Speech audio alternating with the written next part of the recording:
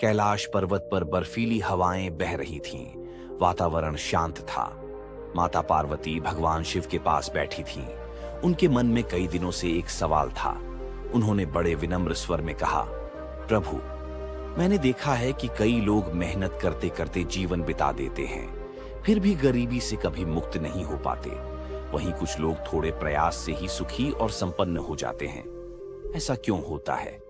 भगवान शिव मुस्कुराए और बोले, देवी, सिर्फ मेहनत ही नहीं बल्कि समझदारी और मौन भी आवश्यक है।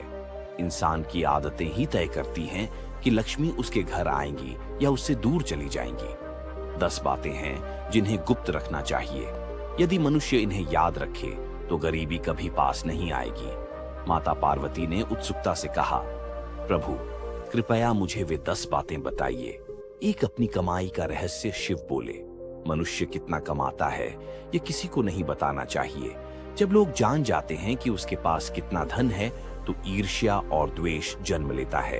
यही ईर्ष्या बुरी नजर बनकर सुख समृद्धि को धीरे धीरे नष्ट कर देती है।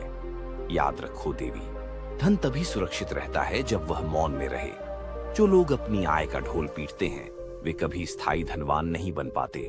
2 घर की कमजोरी। देवी, हर परिवार में कुछ न कुछ कमी या समस्या होती है, लेकिन यदि यह बाहर चली जाए तो लोग उसका मजाक उड़ाते हैं, और जो बात मजाक बन जाए वह कभी सम्मान वापस नहीं ला पाती। इसलिए घर की कमजोरी को छुपाना जरूरी है। परिवार की इज्जत तभी बची रहती है जब उसकी कमजोरियां घर की दीवारों के भीतर ही रहे। 3 अधूरे सपने और योजनाएं। कोई भी नया काम शुरू करने से पहले उसका शोर मत मचाओ। सपनों को तब तक गुप्त रखो जब तक वे पूरे न हो जाएं, क्योंकि दुनिया में ऐसे लोग भी होते हैं जो दूसरों के सपनों पर हंसते हैं, उन्हें नीचा दिखाते हैं। यह नकारात्मकता अक्सर उन सपनों को पूरा होने से रोक देती है। इसलिए देवी, अधूरे सपनों को अपने तक ही सीमित रखना चाहिए।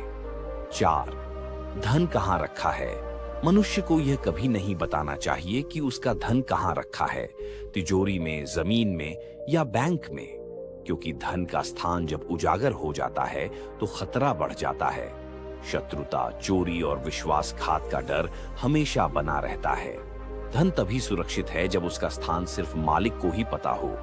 5, दान और पुण्य। दान पुण्य करना बहुत श्रेष्ठ कार्य है, लेकिन उसका दिखावा करना सही नहीं है। जब लोग दिखावे के लिए दान करते हैं तो उसका आधा ही फल मिलता है। सच्चा पुण्य तभी है जब दाएं हाथ से दिया जाए और बाएं हाथ को भी पता न चले। इसलिए देवी, दान को गुप्त रखना चाहिए, तभी उसका असर सबसे बड़ा होता है। 6, कर्ज की चर्चा। कई लोग हर किसी से कहते फिरते हैं कि उन पर कितना कर्ज है, लेकिन देवी, यह आदत अपमान और गरीबी को और बढ़ा देती है। लोग उनका मजाक उड़ाते हैं, उन्हें निकम्मा समझते हैं। मनुष्य को अपने कर्ज की चर्चा केवल भगवान से करनी चाहिए ताकि वह मार्ग दिखाए। दूसरों के सामने कर्ज का बखान करना केवल नीचा दिखाता है। 7, डर और कमजोरी। यदि कोई व्यक्ति अपने डर और कमजोरियों को सबके सामने रख देता है तो लोग उसका फायदा उठाते हैं। जो शत्रु है वह उसी कमजोरी को पकड़कर चोट पहुंचाता है।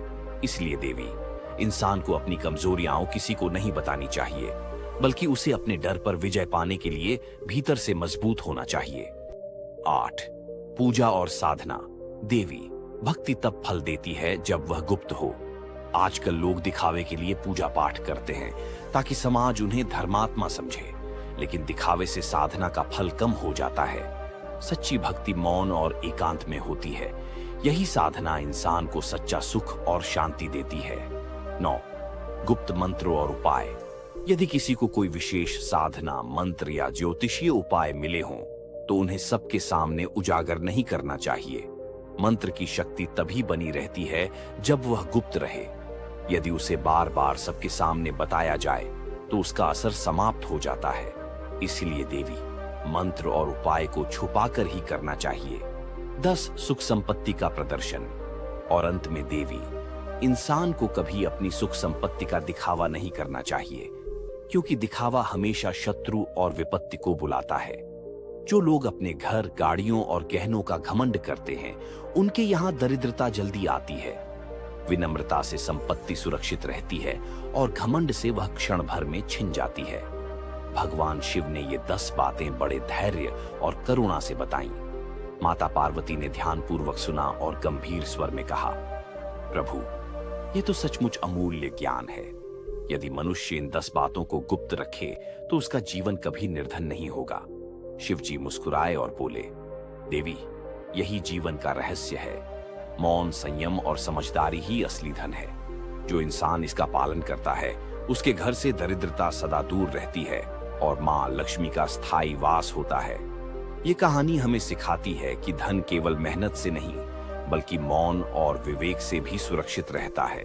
अगर आपको यह ज्ञानवर्धक कहानी अच्छी लगी हो तो कृपया वीडियो को लाइक करें। अपनी राय हमें कमेंट करके जरूर बताएं और ऐसे ही प्रेरणादायक व धार्मिक किस्से सुनने के लिए चैनल को सब्सक्राइब करना न भूलें। धन्यवाद।